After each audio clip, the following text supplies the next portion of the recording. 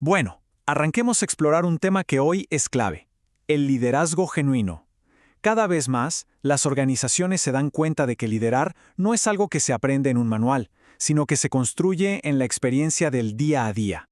Y esto nos plantea una pregunta fundamental: ¿cómo se construye de verdad un liderazgo que funcione? ¿Se trata de seguir una serie de reglas como si fuera una receta? ¿O es algo mucho más personal, algo que se vive y se siente? Justamente esa pregunta nos lleva a un desafío central que enfrentan muchísimos líderes: una tensión constante entre el rol que se supone que deben cumplir y su manera auténtica de ser. Y a ver, ¿de dónde sale esta tensión? Pues a menudo de que muchas personas llegan a ser líderes porque eran excelentes en su trabajo técnico, eran los mejores en lo suyo, pero eso no significa que naturalmente sepan cómo guiar a otros. Y esta imagen lo explica perfecto. Por un lado está el deber ser, ese modelo ideal, como un libreto de lo que un líder debería hacer. Y por el otro está lo genuino, que es simplemente actuar desde la propia identidad, desde la forma natural que tiene cada uno para conectar. Entonces, ¿cómo se resuelve este dilema? ¿Cómo cerramos esa brecha? Bueno, el primer paso y el más importante es empezar por una autoconciencia honesta. Es literalmente mirarse al espejo.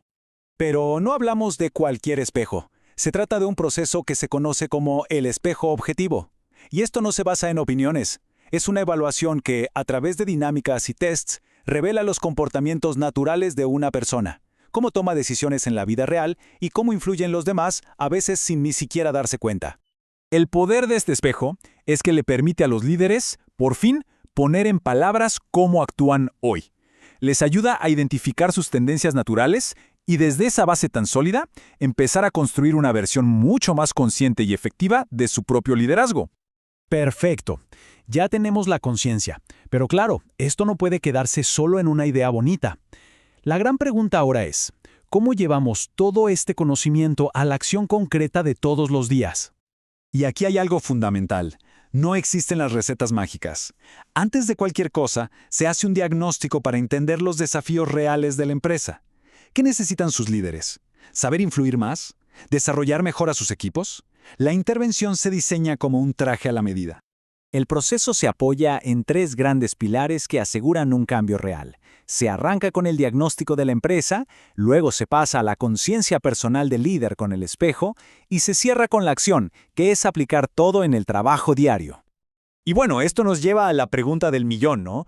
¿Cómo se aterriza todo esto para que no sea solo una presentación interesante, sino que de verdad cambie la forma en que la gente actúa? La respuesta es muy simple: practicando con situaciones reales.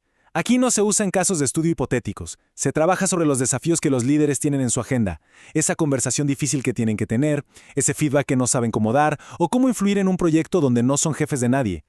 Y para que ese aprendizaje no se quede en el taller, el acompañamiento individual es clave. Con el mentoring, cada líder adapta lo que aprendió a sus propios retos y sale con un plan de acción concreto, algo que puede empezar a implementar literalmente al día siguiente. Muy bien. Y todo este enfoque, tan anclado en la realidad, ¿qué resultados trae? Porque al final del día eso es lo que importa. Y la respuesta es que sí, conduce a cambios tangibles, a cosas que se pueden ver y medir. Miren los datos. El cambio más grande, un 40%, se da en la autoconciencia. Es enorme, y a partir de ahí se ven mejoras muy claras en la comunicación, en la toma de decisiones y hasta en cómo se manejan las prioridades. Todo está conectado. Pero más allá de estas habilidades, que son importantísimas, la transformación más profunda, la más potente, va un paso más allá. Es ese momento, el clic.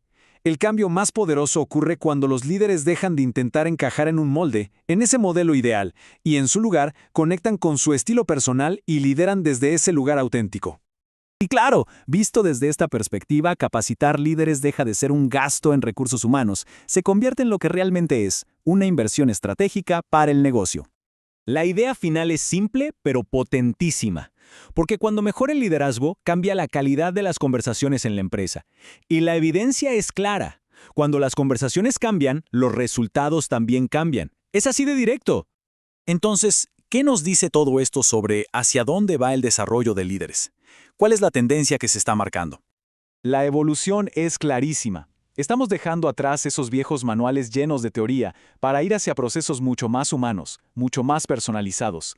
El futuro del liderazgo está conectado, sí o sí, a la acción auténtica y anclado en la realidad de cada negocio. Y esto nos deja con una última pregunta para la reflexión. Cuando pensamos en cómo se lidera, ya sea a nivel personal o en una organización, ¿se está actuando desde un ideal de lo que debería ser o se está actuando desde la fuerza de la acción auténtica? Porque la diferencia es fundamental.